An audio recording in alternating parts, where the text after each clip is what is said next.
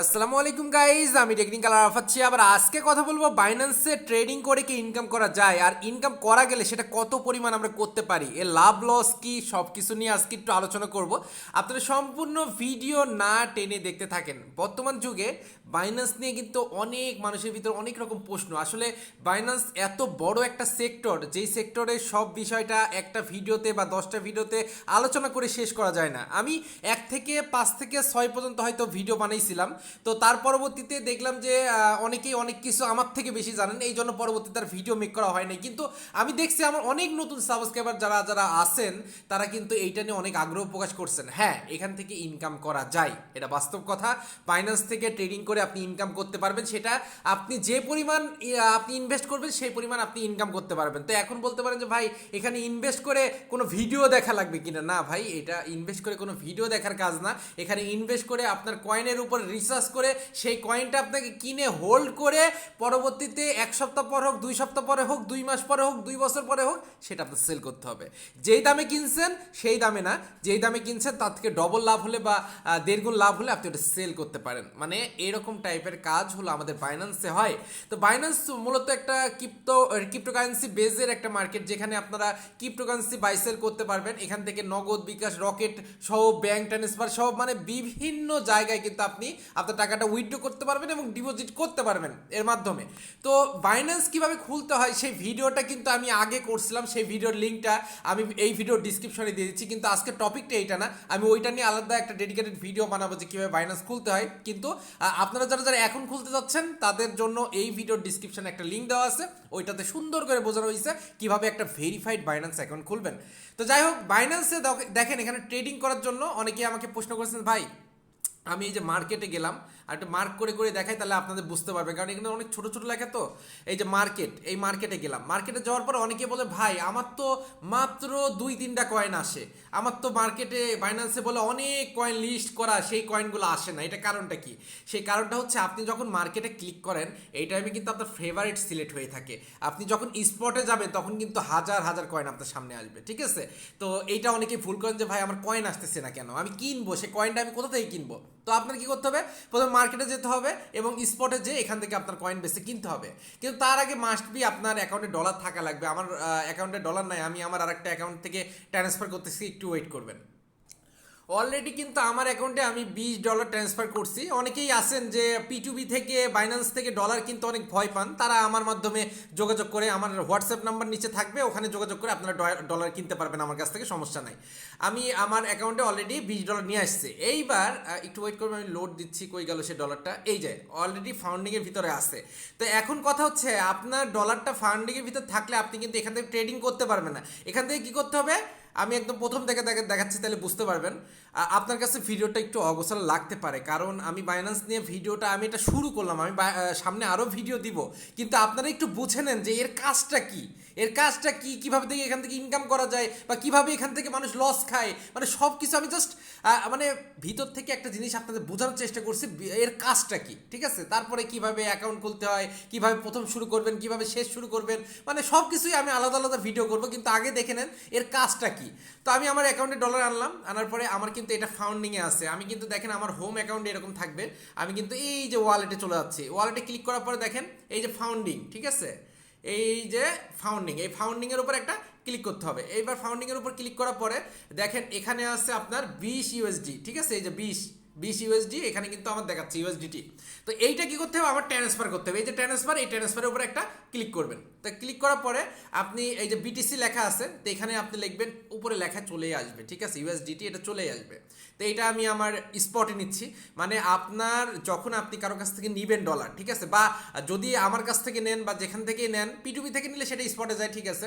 কিন্তু আপনি যখন আমার কাছ থেকে নিবেন ওই টাইমে কিন্তু আপনার স্পটে যাবে না, ওইটা আপনার ফাউন্ডিংয়ে যাবে। ফান্ডিংয়ে যাওয়ার পরে ওখান থেকে আপনি ট্রান্সফার করে স্পটে নেবেন। এইবার দেখেন আপনার 20 ইউএসডিটি এটা কিন্তু আপনার স্পটে চলে আসছে। Okay fine.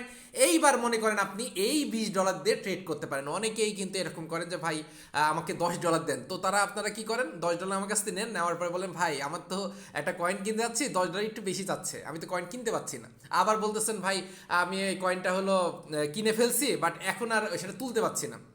মানে আপনাদের অবশ্যই এটা মনে রাখতে হবে, অন্ততপক্ষে আপনি $20 দিয়ে এটা শুরু করেন, কারণ আপনি মানে বাইন্যান্সে সর্বনিম্ন $10 নিচে কোনো কয়েন কেনা যায় না, একদম সর্বনিম্ন। যদি আপনি কোনো কয়েন কিনে থাকেন $10 নিচে আপনি কিনতে পারবেন না। তো এটা হলো একটা ব্যাপার।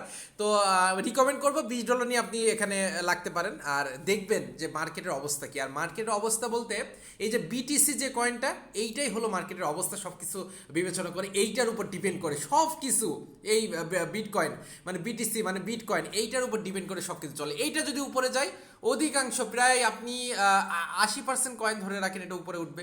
আর এইটা যদি নিচে নামে, হয়তো কোনো কয়েন নিচে নামে নাই, কিন্তু শিওর সে নিচে নামবে।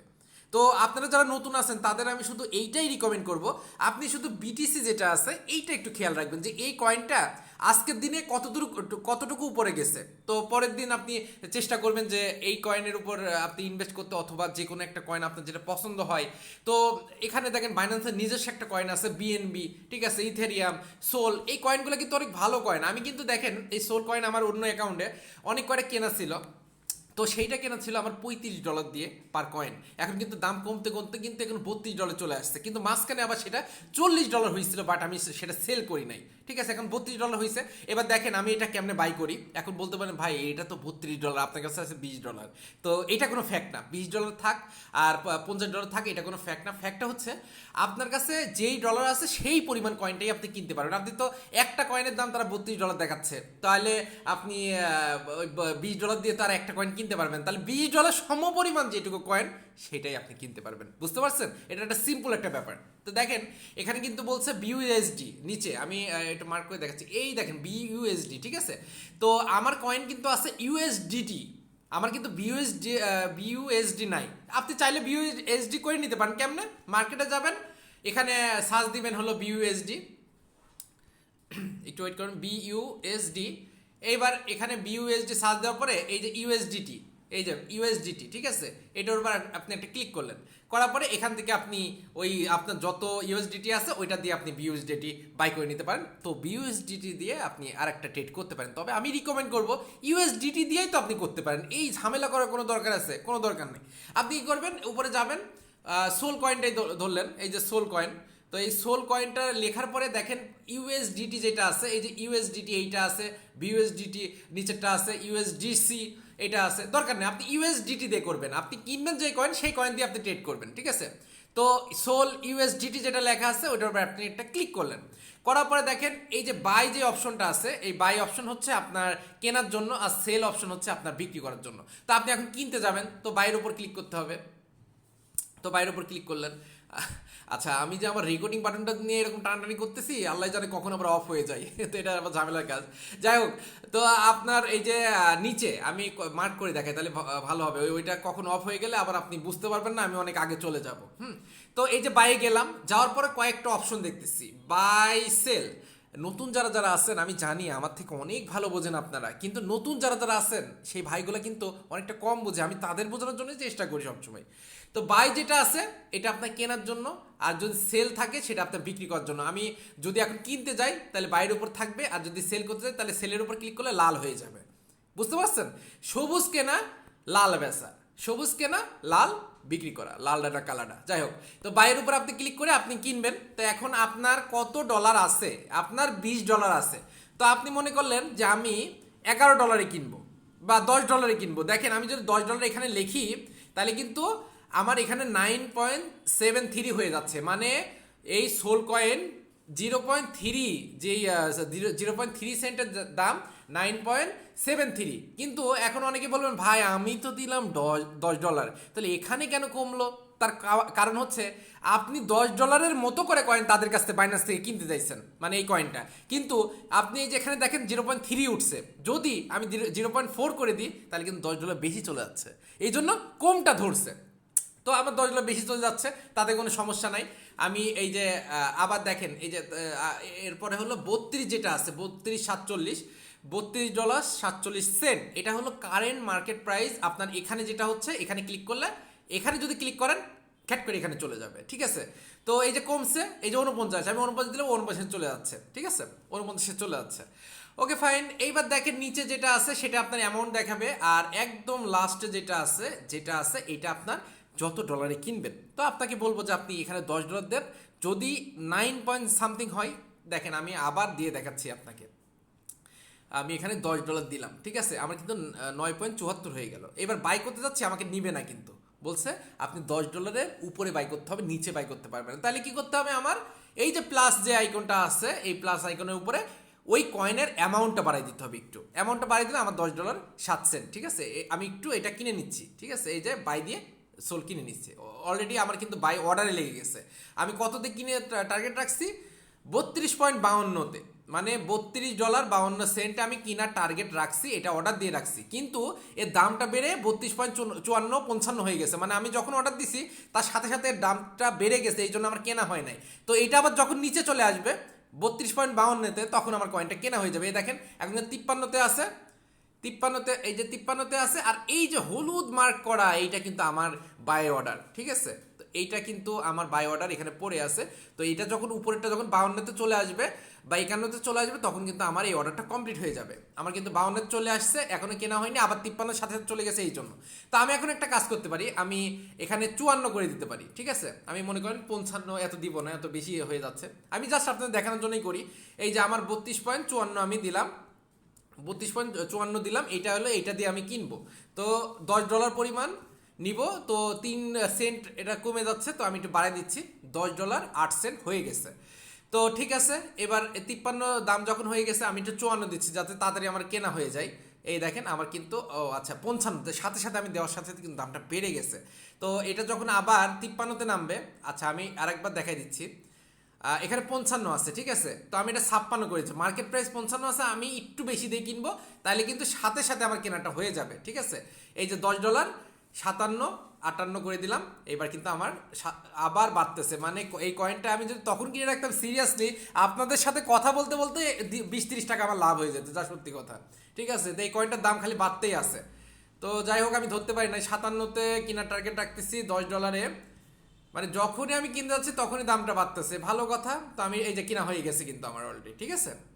এই যে এবার আমি ফুল কেটে দিচ্ছি, এবার বাইন্যান্সে ঢুকতেছি, ঢোকার পরে আমি স্পটে যাব, এখন একটু ওয়েট করবেন। এই যে ওয়ালেটে যাব, ওয়ালেটে যাওয়ার পরে এই দেখেন স্পট, ওয়ালেটে ওভারভিউ থাকবে, ওভারভিউর উপর ক্লিক, পাশের একটা ক্লিক করতে হবে, তারপরে আপনি স্পটে যাইতে পারবেন, যে এখানে থাকবে। তো আপনি এখান থেকে ক্লিক এই জায়গাটা স্পটের উপর করবেন, ঠিক আছে। তো স্পটের উপর করলে আপনার কিন্তু ষোলো না, এটা কিন্তু আপনার $10 কিন্তু কিনে ফেলছেন। আমি কিন্তু $10.07 না কত দিয়ে যেন নিছি, অল্প একটু হয়তো বা দাম বাড়ছে, এই জন্য 10.09 হয়তো দেখাচ্ছে, হ্যাঁ দাম বাড়ছে, একটু দাম বাড়ছে, ওটা দেখাচ্ছে। তো আমি ইচ্ছা করলে কিন্তু এখন আমি সেল করতে পারি, আমি তো ওটা কিনলাম, তাই না। তো এই দেখেন আমি কিন্তু আগেই বলেছিলাম যে কেনার জন্য বাইয়ে, এবার আমি আমার যে কয়েনটা আছে সেটা সেল করব, তো সেটার জন্য আমি সেলে যাচ্ছি। তো আমি সেলে গেলাম, যাওয়ার পরে আমার কয়েন হলো আছে 0.3 সেন্ট। তো আমি কি করব, যে আমি সম্পূর্ণ আমার যত কয়েন আছে, আমি তো $10 সমপরিমাণে কিনছি, তো আমি যদি 50% দিই, তাহলে কিন্তু আমার কয়েনটা $10 সমপরিমাণ হবে না, বা যেটা আমি সেল করতে পারবো না। তো আমি 100% দিলাম, আমার টোটাল কয়েন হলো আপনার $10 সমপরিমাণ। তো এখন এটা সেল করতে যাই, এটা কিন্তু আমার এখন হচ্ছে না, তার কারণটা হচ্ছে কি, আমার ভ্যাটটা কেটে নিয়ে যাচ্ছে, কিছু ভ্যাট বাইনান্স থেকে কাটে। তো এই কয়েনটার দাম যখন, এই যে আমি একটু বাড়াই দিচ্ছি, একটু ওয়েট করবেন, একটু ওয়েট করবেন, $33 সামথিং। এই দেখেন $33.36 আসলে আমার কিন্তু $10 হচ্ছে। যদি এইটা আপনার নর্মালি $38 চলে যায়, তাহলে কিন্তু আমার $11 হচ্ছে। তাহলে আমি রেখে দিব যে আমি এই কয়েনটা $38 যখন হবে, তখন এটা অটোমেটিক সেল হয়ে যাবে, এরকম পর্যায়ে। তো আমি কি করলাম, 38 উপরে দিয়ে, এই যে আমি মার্ক করে দেখাচ্ছি, বুঝতে পারবেন, এখানে 32 আছে, তাই না, এখানে আমি 38 দিব, মানে $38 যখন হবে, আমার এই $10 পরিমাণ কয়েনটা আমি সেল করতে চাচ্ছি। 38 দিলাম, এবার আমি এখানে 100% করে দিলাম, মানে আমার টোটাল কয়েনটা আমি $38 সেল করব, আমি কিনছি $32, তাহলে কিন্তু আমার 11.40, মানে $1.04 কিন্তু 40 সেন্ট কিন্তু আমার লাভ হচ্ছে, ঠিক আছে। তো আমি এই যে সেল সোল এটার উপর ক্লিক করে দিলাম, তো দেখেন এবার আমার কিন্তু অর্ডার লেগে যাচ্ছে। এই যে আমি প্রথমেই একটা কথা বলছিলাম যে আপনার কয়েনের দাম, আপনি যত দিয়ে অর্ডার মার্ক করছেন, ওই পরিমাণ থেকে ওই পরিমাণ সমপরিমাণ মার্কেট যদি আসে, তাহলে আপনি বাই করতে পারবেন, বা বাইটা অর্ডার হয়ে যাবে। ঠিক এইটাও, এই কয়েনটা যখন $38 চলে আসবে, আমার অটোমেটিক কিন্তু $11, যেটা দেখালাম 40 সেন্ট, কিন্তু আমার এটার সাথে অ্যাড হয়ে যাবে, মানে আমার ডলারটা ডাইরেক্ট এই যে এটার সাথে, নিচের USDTর সাথে অ্যাড হয়ে যাবে। এই হলো টোটাল সিস্টেম। তো বুঝতে পারছেন যে ট্রেডিং কিভাবে করতে হয় আর এখানে লস কেমনে হয়, আমি এটা নিয়ে একটু আলোচনা করতেছি।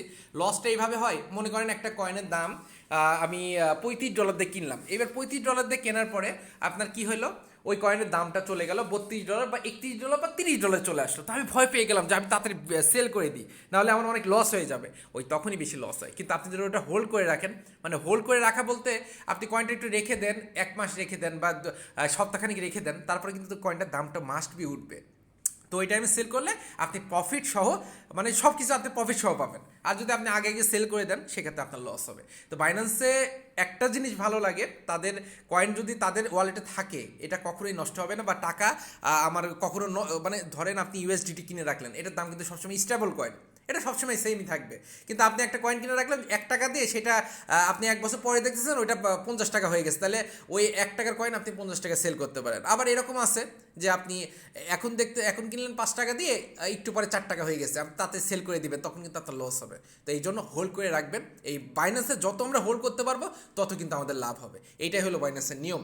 তো আজকের ভিডিওটা আমি যতটুকু পারছি জাস্ট ট্রেডিং সম্পর্কে একটু আইডিয়া দিয়ে দিলাম, বাকিটা আপনারা বুঝে নেবেন, এবং কোন জায়গাটা বোঝেন নাই সেইটা কমেন্ট করবেন, আমি সেইটা নিয়ে অবশ্যই ভিডিও মেক করবো। আসসালামু আলাইকুম, দেখা হবে নতুন একটা ভিডিওতে।